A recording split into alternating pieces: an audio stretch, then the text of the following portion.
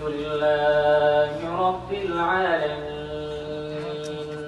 الرحمن الرحيم مالك يوم الدين إياك نعبد وإياك نستعين اهدنا الصراط المستقيم صراط الذين أنعمت عليهم غير المغضوب عليهم ولا الضالين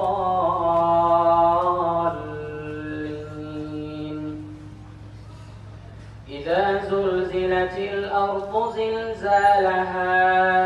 وأخرجت الأرض أثقالها وقال الإنسان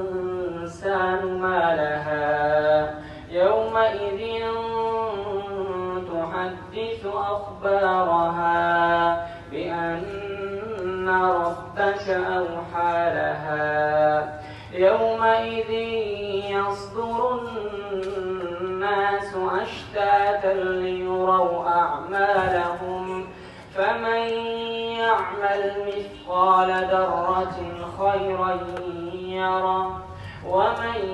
يعمل مثقال ذرة شرا يره الله أكبر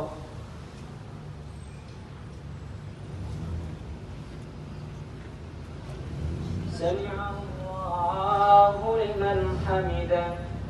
الله أكبر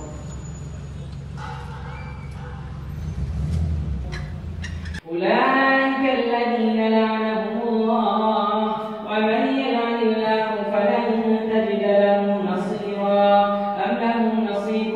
من الملك فإذا لا يأتون الناس نكيرا أم يحسدون الناس على ما آتاهم الله من فضله فقد آتينا